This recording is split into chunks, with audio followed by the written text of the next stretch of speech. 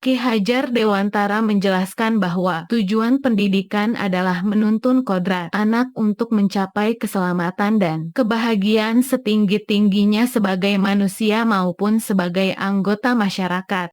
Pendidikan adalah tempat bersemainya benih-benih kebudayaan dalam masyarakat. KHD meyakini bahwa untuk menciptakan manusia beradab maka pendidikan salah satu kunci utama untuk mencapainya. Pendidikan yang dimaksud adalah pendidikan yang didapatkan anak melalui suatu lingkungan yaitu lingkungan sekolah. Lingkungan sekolah merupakan lembaga yang memiliki peran penting dalam membentuk dan menciptakan manusia yang beradab dan berkarakter. Karena itu pendidik membuat prakarsa perubahan berupa praktik disiplin penerapan profil pelajar Pancasila agar tercipta budaya positif.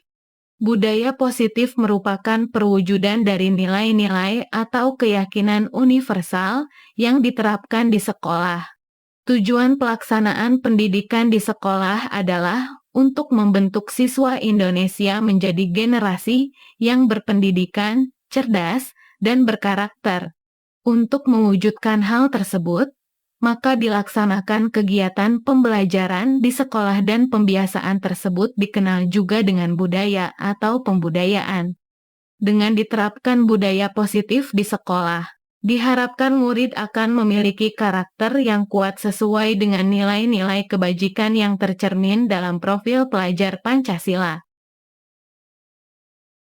Tujuan aksi nyata memfasilitasi murid untuk menyampaikan aspirasinya dan melaksanakan keyakinan yang telah disepakati atas kesadaran dirinya dengan penuh tanggung jawab, agar murid terbiasa dengan praktik disiplin sesuai dengan profil pelajar Pancasila dalam kesehariannya dan diterapkan di kelas. Tolak ukur semua warga sekolah berkolaborasi dan bekerja sama demi terwujudnya disiplin positif sesuai dengan profil pelajar Pancasila. Semua warga sekolah menunjukkan disiplin positif sesuai dengan profil pelajar Pancasila. Kesepakatan kelas secara konsisten dilaksanakan, terjadi perubahan perilaku, suasana kelas lebih menyenangkan. Lini masih tindakan persiapan mendiskusikan mengenai rencana kesepakatan kelas dengan kepala sekolah dan guru lainnya. Menyusun rencana pembuatan kesepakatan kelas, menentukan waktu pelaksanaan.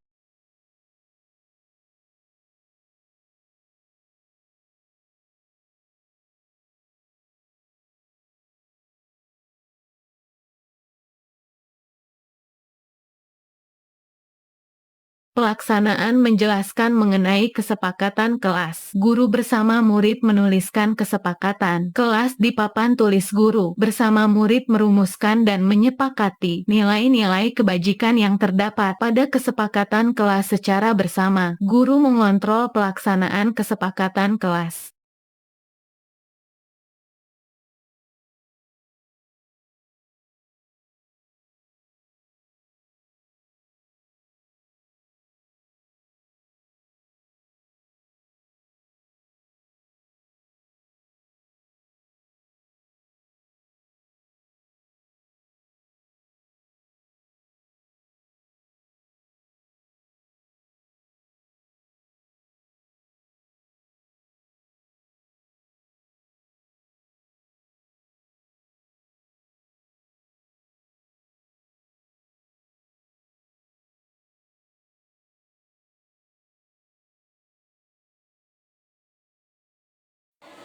Keyakinan kelas, yang namanya keyakinan kelas itu apa? Keyakinan kelas adalah sesuatu yang diyakini bersama-sama. Bersama-sama berarti ini semua siswa membuat keyakinan kelas. Keyakinan kelasnya berasal dari mana? Dari pikiran kalian semuanya. Nanti satu-satu menuliskan apa yang harus disepakati, apa yang harus dilaksanakan saat di kelas. Nulis satu per satu. Atas kuat, saya bergun kuat, gun kuat.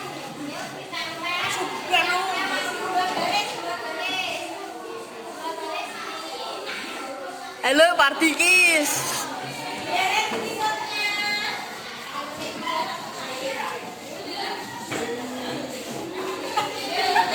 jokis.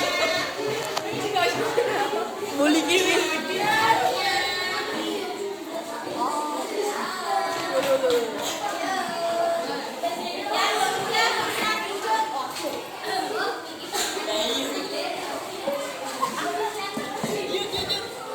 Ada kenap up.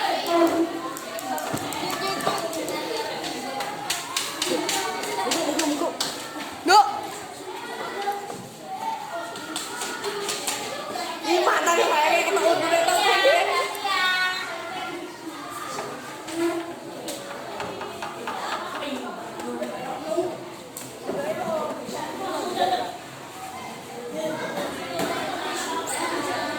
menggunakan.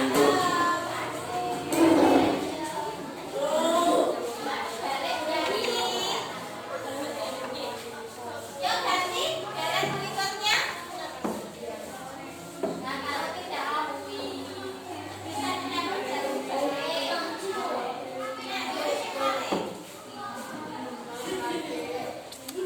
Tak pucuk iki ngene ya. Bos blok. Assalamualaikum warahmatullahi wabarakatuh. Saya siswa kelas 6 SD Negeri Jamping. Baru saja saya bersama teman-teman kelas 6 membuat keyakinan kelas. Kami merasa senang dengan kegiatan ini. Dengan adanya keyakinan kelas, saya berharap kelas akan menjadi lebih nyaman dan tertib. Terima kasih.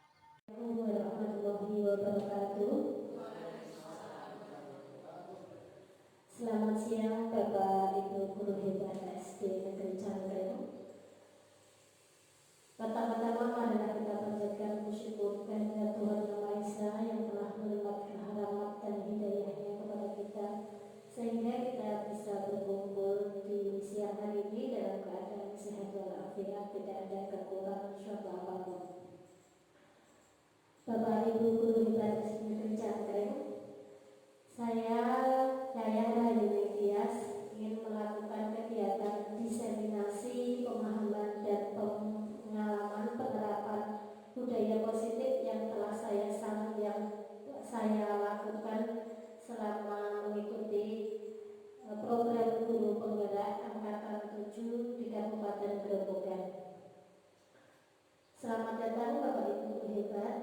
Mari bersama kita berkolaborasi dan saling mendukung demi mewujudkan budaya positif di sekolah yang kita cintai ini. Untuk materinya nanti, budaya positif yang pertama yaitu perubahan paradigma belajar, kedua disiplin positif, ketiga motivasi diri manusia, yang keempat kebutuhan manusia, yang kelima posisi kontrol restitusi, yang keenam keyakinan kelas, dan yang ketujuh adalah segitiga restitusi. Kita masuk ke materi yang pertama yaitu pembelajaran dengan paradigma baru. Pembelajaran dengan paradigma baru dirancang berdasarkan prinsip pembelajaran yang terdiferensiasi sehingga setiap siswa belajar sesuai dengan kebutuhan dari tahapan perkembangan untuk mewujudkan profil pelajar Pancasila. Karena kali ini kurikulumnya menggunakan kurikulum IKN, kurikulumnya Merdeka, perlu kita tahu yang namanya profil pelajar Pancasila, mulai dari yang pertama yaitu beriman, bertakwa kepada Tuhan Yang Maha Esa, kemudian berkebinekaan tunggal, berkebinekaan global, gotong royong, kreatif, berpikir kritis, dan mandiri. 6 aspek ini harus ada dalam kita melaksanakan pembelajaran. Kita membimbing anak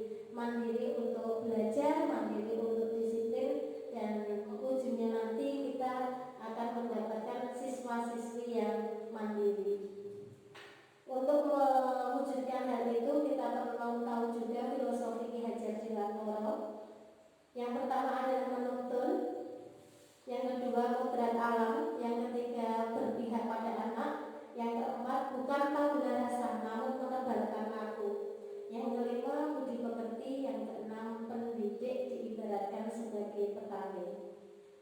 Kita bahas untuk yang pertama, menuntun. Kita sebagai pendidik, kita tuntun, kita ajarkan anak didik kita bimbing anak didik kita untuk menuju kebahagiaan mereka. Kita arahkan ke sana. Yang kedua, kodrat anak.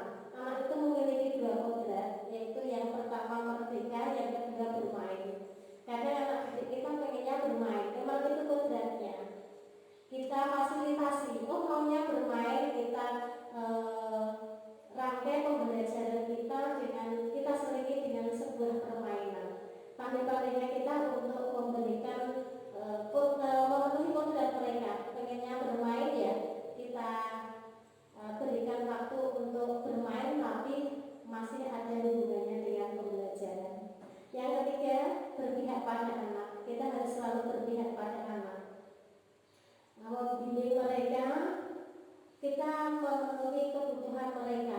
Kita perlu tahu apa yang mereka butuhkan. Oh, anak ini butuhnya, ini kok males, butuhnya apa? Itu perlu kita ketahui juga. Yang keempat, bukan tabula rasa.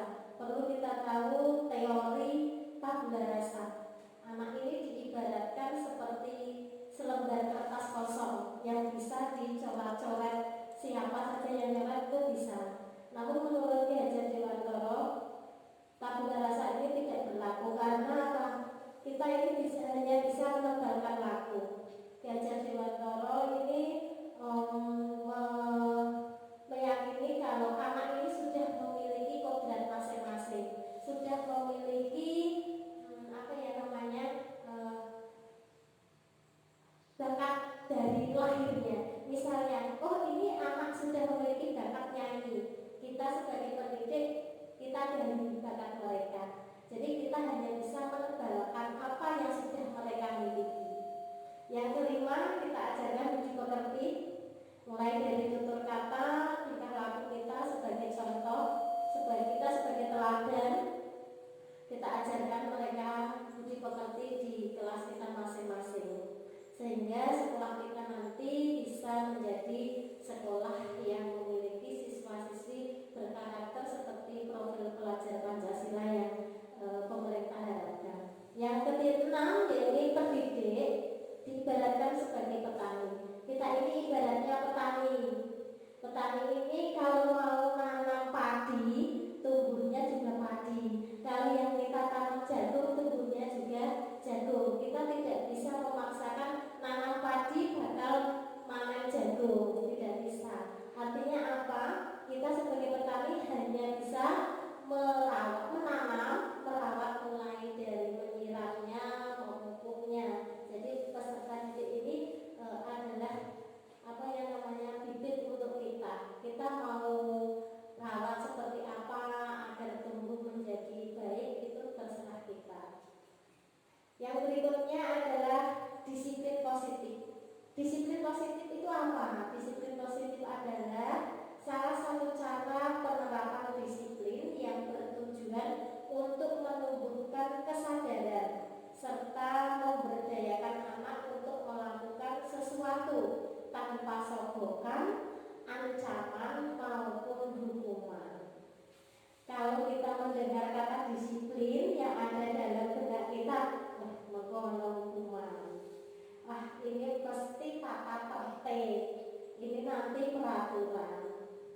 Nah, dari disiplin positif ini sebenarnya tujuan akhirnya adalah menanamkan motivasi kepada murid untuk menjadi orang yang mereka inginkan dan menghargai diri sendiri dengan nilai-nilai yang mereka percaya. Jadi mereka berbuat disiplin, bersikap disiplin itu bukan karena agar aku tidak dihukum, agar aku tidak mendapatkan hukuman. Tidak seperti itu, tapi menanamkan motivasi intern atau motivasi dari dalam diri, kesadaran siswa kita agar sadar betul aku harus disiplin, bukan karena agar tidak mendapatkan hukuman atau mendapatkan ancaman. Motivasi,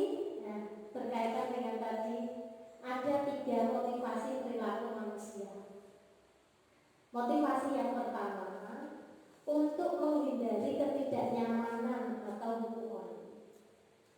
Ini tingkatnya yang paling rendah.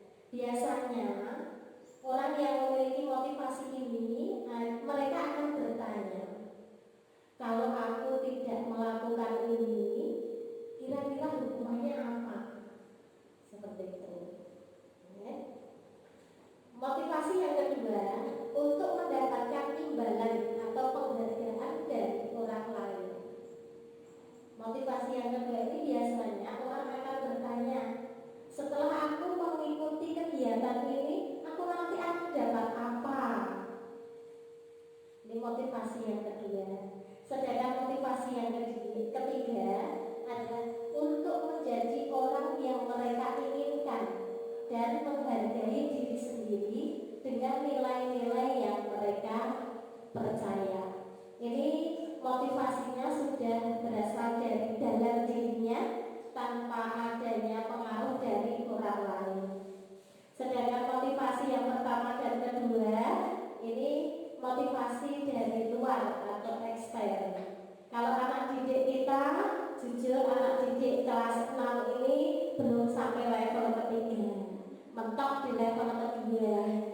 Bu, nanti kalau sudah selesai pulang, nah itu motivasinya dapat hadiah. Bisa istirahat dulu, motivasi yang kedua. Ini baru dari eksternalnya. Tapi dengan kita didik, kita beri pengarahan, semoga nanti ada anak-anak yang memiliki motivasi yang ketiga. Kita lanjutkan untuk materi yang berikutnya, yaitu kebutuhan dasar manusia. Manusia itu memiliki kebutuhan dasar, ada 5 ya. Butuh yang pertama, butuh bertahan hidup ya. Bertahan hidup ini biasanya untuk memenuhi kebutuhan, ada rumah, ada pakaian, terus makan minum, ini kebutuhan untuk bertahan hidup. Yang kedua, butuh kasih sayang. Anak didik kita juga membutuhkan kasih sayang, butuh perhatian. Biasanya ada anak-anak yang suka cari perhatian. Ada anak nakal yang tujuannya ganti katanya guru. Dia diperhatikan guru, aku mau usil sama temanku. Nanti temanku tak ngaku sama guru. Nanti kan aku bisa bincang-bincang sama guru. Contohnya seperti itu. Yang ketiga adalah penguasaan, berkuasa. Pengennya itu temannya takut sama dia. Dengan penguasaan, menguasai ya. Yang keempat ini kebebasan. Pengennya bebas. Aku maunya merdeka, punya kebebasan. Yang kelima yaitu kesenangan. Bu, aku suka kalau ganggu dia. Dia itu kalau diganggu tuh asik, wajahnya lucu. Nah itu memenuhi kebutuhannya, yaitu kesenangan. Di sini ada salah satu contoh kasus nih. Ibu Ambar, guru wali kelas 2A di SD Pelita Hati, sedang bingung menghadapi ulah salah satu murid di kelasnya, yaitu Doni. Beberapa anak di kelas 2A telah datang kepadanya dan mengeluh, Doni sering meminta bekal makan siang mereka dengan paksa. Yang namanya melakukan sesuatu itu pasti ada tujuannya. Kalau kasus ini dihubungkan dengan kebutuhan dasar hidup manusia, kita analisis kebutuhan dasar hidup yang pertama yang dilakukan Doni. Doni minta paksa makanan temannya. Ini punya kebutuhan bertahan hidup. Mungkin dia lapar, dia lapar belum sarapan, makanya dia minta bekal temannya. Yang kedua, kasih sayang. Dia juga bisa saja punya motivasi begini. Wah, nanti kalau aku usil sama temanku, nanti temanku ngadu sama guru, terus aku nanti bisa bercakap-cakap, berbincang-bincang sama guru. Aku nanti kan diperhatikan guru. Bisa saja seperti itu. Kemudian penguasaan, bisa saja dia ini, wah aku kan paling besar, temanku takut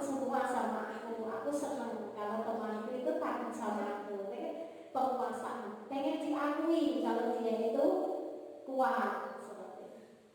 Kemudian model kebutuhan yang keempat, kebebasan. Pengennya bebas, aku pengennya bebas, aku pengen usil loh, ya, seperti itu. Kesenangan, aku senang tuh kalau ganggu teman-teman, reaksinya bagus. Ada yang nangis, ada yang terus kejar aku, nah itu memenuhi kebutuhan dasar dia. Jadi yang namanya setiap tingkah laku itu pasti ada tujuannya. Kita lanjut ke 5, posisi kontrol. Kita sebagai guru harus mengetahui ini juga, posisi kontrol. Kita ini seperti apa? Posisi kontrol guru yang pertama ini sebagai penghukum. Kadang kita ada anak yang nakal, kamu kok nakal sekali, kamu melanggar, berarti kamu harus dihukum. Lari lapangan 5 kali, ini namanya sebagai penghukum.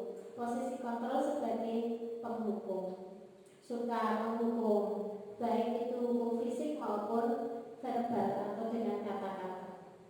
Yang kedua, posisi kontrol yang kedua yaitu pembuat rasa bersalah.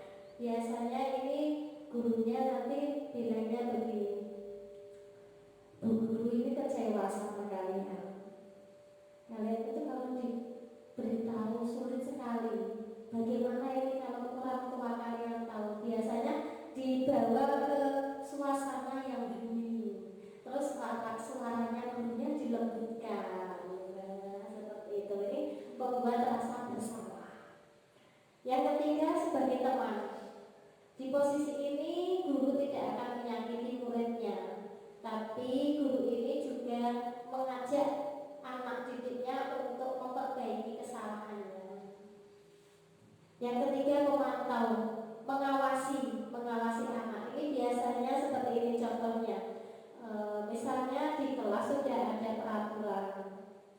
peraturannya harus memakai sepatu warna hitam. Terus ditanya, dia tidak pakai warna hitam, pakainya warna merah. Kamu tahu peraturannya apa? Kemudian kalau sudah tahu peraturannya, konsekuensinya apa? Ini ditanyakan. Ini sebagai pemantau. Yang kelima adalah manajer. Ini guru dan siswa duduk bersama untuk menyelesaikan masalah. Guru ini mengajak siswa, membimbing siswa untuk menyelesaikan masalahnya sendiri. Seperti contohnya seperti ini. Misalnya ada 2 anak yang bertengkar. Laki-laki kan biasanya ini tarik-menarik baju. Kemudian baju kancingnya sampai lepas 1. Terus dibawa ke kantor, ditanya, tadi kenapa bertengkar? Terus maunya si A bagaimana? Bu, nanti kalau kancingku lepas dimarahi ibu, aku takut. Nah, yang melakukan satunya ditanya ganti. Sekarang gini, bagaimana caranya biar kancing bajunya si A ini bisa nempel lagi? Itu kita bimbing. Cara penyelesaiannya bagaimana? Dijahit itu berarti kamu jahit. Kita bimbing untuk menyelesaikan masalahnya sendiri. Dan tujuan akhir dari posisi kontrol yaitu ini, pencarian posisi manajer. Kita diarahkan untuk menjadi seorang manajer dalam menyelesaikan masalah, di mana di posisi inilah murid dapat menjadi pribadi yang mandiri. Mereka merdeka dan bertanggung jawab atas segala perilaku dan sikapnya, yang pada akhirnya dapat menciptakan lingkungan yang positif, nyaman, dan aman.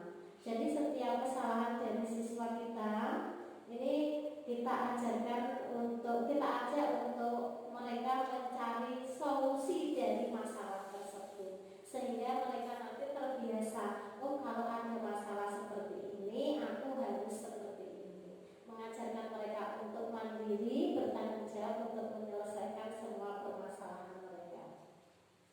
Yang berikutnya yaitu keyakinan kelas. Keyakinan kelas adalah salah satu disiplin positif yang bisa kita terapkan dalam membangun budaya positif di sekolah. Dengan adanya keyakinan kelas di setiap kelas diharapkan dapat mewujudkan tujuan pendidikan yang berorientasi pada profil pelajar Pancasila. Keyakinan kelas ini hampir sama dengan peraturan kelas. Terus bagaimana cara membentuknya atau membuatnya? Kita diskusi dengan siswa. Kita beri kesempatan siswa untuk menuliskan keyakinan mereka masing-masing. Ketika di kelas itu apa yang mereka yakini, harus bagaimana. Contohnya, mendengarkan penjelasan dari guru. Ini mereka diminta untuk menuliskan semua. Kemudian kita rangkum bersama-sama. Kita tinjau kembali, kemudian kita tuliskan di selembar karton mungkin ya, kreasi kita masing-masing, dan berikutnya kita pajang di kelas agar siswa ini bisa melihat semuanya. Ini untuk keyakinan kelas. Tujuannya apa? Agar suasana kelas ya kita ini bisa menjadi tertib, aman, nyaman, dan tercipta suasana yang menyenangkan di kelas. Yang berikutnya adalah segitiga restitusi. Segitiga restitusi ini hubungannya dengan tadi posisi kontrol sebagai manajer. Kalau ada permasalahan tidak harus langsung jungkung, tapi kita perlu tahu. Yang pertama tahapnya yaitu menstabilkan identitas. Apa yang sudah kamu lakukan? Nah, ditanya, distabilkan identitasnya. Mereka melakukan kesalahan, jangan terus disalah-salahkan. Tapi berbuat salah itu wajar. Tapi kita juga tidak boleh seperti itu. Ayo kita selesaikan permasalahan ini bersama-sama. Kita pasti bisa untuk menyelesaikannya. Nah, jadi mereka tidak terus merasa bersalah, tapi dia menyadari, oh aku sudah salah, berarti aku besok tidak boleh berbuat salah lagi. Kemudian yang kedua yaitu memvalidasi tindakan. Validasi tindakan ini tanya tujuannya apa? Mengapa kamu melakukan ini? Tujuanmu apa? Kenapa kamu merebut bekal temanmu? Ini ditanya, karena semua tindakan kan ada tujuannya masing-masing. Yang ketiga kita tanyakan keyakinannya. Kita sudah membuat keyakinan kelas, kita tanyakan bagaimana keyakinan yang kita sudah sepakati. Harus hidup rukun, Bu. Kalau hidup rukun berarti tidak boleh mengganggu temannya. Kalau sudah seperti ini, apakah kamu bersedia untuk memperbaiki? Terus caranya bagaimana untuk memperbaiki? Bu, aku itu bosan sama bekal yang dibawa ke ibuku itu terus. Dan berarti kalau kamu bosan berarti caranya bagaimana? Nanti aku mau ngomong sama ibu minta lauk ini, nah itu salah satu solusinya. Berarti lain kali tidak boleh diulangi lagi merebut bekal temannya. Jadi sama saja dengan manajer tadi di posisi kontrol manajer, kita bimbing murid kita untuk menyelesaikan masalah yang mereka hadapi. Ini ada dokumentasi contoh kegiatan segitiga restitusi. Ini ada anak yang tidak memakai handuk, ya, katanya ketinggalan. Nah, kenapa kok ketinggalan? Barunya kesiangan. Nah, ditanya juga, biar tidak kesiangan bagaimana? Pasang alarm bisa. Kemudian minta tolong ibunya untuk dibangunkan sampai bangun, bisa juga. Ya. Yang kedua ini keyakinan kelas ini dokumentasi saat pembentukan keyakinan kelas. Ini saya beri post-it, kemudian mereka menuliskan masing-masing, ditempel di papan tulis, kemudian kita sepakati bersama-sama. Yang ketiga ini berpihak pada anak. Kita penuhi kebutuhan mereka. Butuhnya apa, Bu? Aku sukanya gambar poster, ya sudah. Temanya apa, Bu? Bebas. Nah, kalau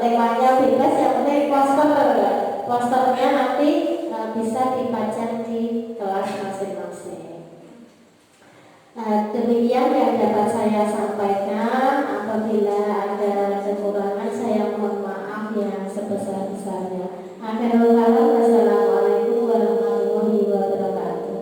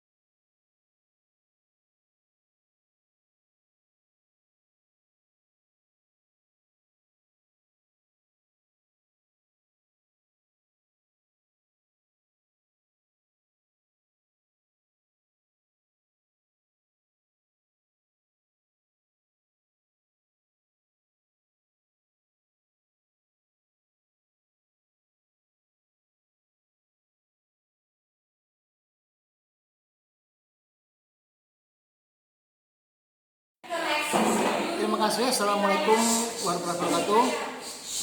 Alhamdulillah telah dilaksanakan paparan dari Bu Yayah Rahmatias yang telah menyampaikan diseminasi pemahaman dan pengalaman penerapan budaya positif di SD Negeri Cangkring dengan baik.